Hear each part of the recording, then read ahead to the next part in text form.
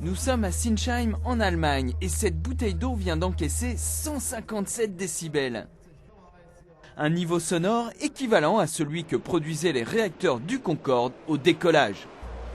Une pression acoustique délirante délivrée par le système audio de la vieille 205 sur laquelle elle est posée. Cette nouvelle coqueluche des amateurs de tuning s'appelle le Shure SPL, autrement dit des duels à coups d'infrabasse pour obtenir la récompense suprême, posséder l'autoradio le plus puissant. Un autoradio qu'il faut mettre hors de la voiture car la pression acoustique est si intense à l'intérieur qu'un être humain n'y survivrait pas. D'ailleurs, dans la catégorie la plus impressionnante, dénommée extrême, la voiture ne résiste pas non plus. Il faut la blinder. Une préparation inédite à laquelle nous avons assisté une semaine avant la compétition.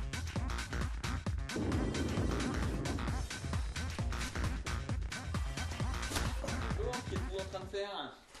Du béton. Mais pourquoi faire? On met dans ma voiture. Oui, vous avez bien entendu, du béton. Et tout ça dans une malheureuse petite Mini qui ne s'attendait pas à un tel traitement.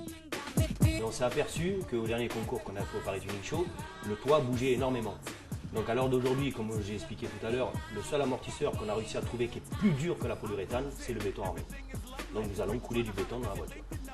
Jib est l'un des champions français du Shure SPL. Ancien maçon, passionné de son et d'automobile, il a réussi à conjuguer tout cela dans cette nouvelle activité. Il en a même fait son métier puisqu'il a monté une boutique dédiée au système audio embarqué. Et pour aplanir le béton, Jib a une technique bien à lui. Il monte le son de l'autoradio. Les vibrations font le reste.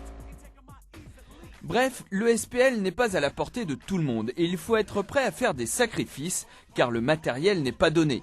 Un subwoofer, par exemple, coûte plus de 1300 € et leur durée de vie n'excède pas dans certains cas quelques minutes. D'ailleurs, faute d'avoir explosé ces 3 derniers haut-parleurs en faisant ses réglages, Jib est venu à Sinsheim en spectateur sans sa Mini. C'est d'autant plus rageant que Sinsheim est une compétition internationale qui regroupe les meilleurs du SPL en Europe. D'ailleurs, certaines voitures y ont atteint des scores insensés, plus de 170 décibels. Une Formule 1 doit atteindre 140 décibels le moteur. Une Formule 1 mesurée à 1 mètre. Un moteur d'avion, on dit 150 décibels. 170, c'est impossible. Ça ne correspond à rien d'humain.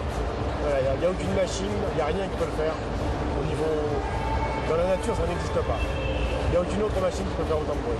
Ça n'existe pas. Pour bien se rendre compte de ce que cela représente, voici une petite expérience réalisée sur Sabrina, la seule femme championne de SPL. Porte ouverte, niveau sonore au minimum pour ne pas la mettre en danger, voici le résultat.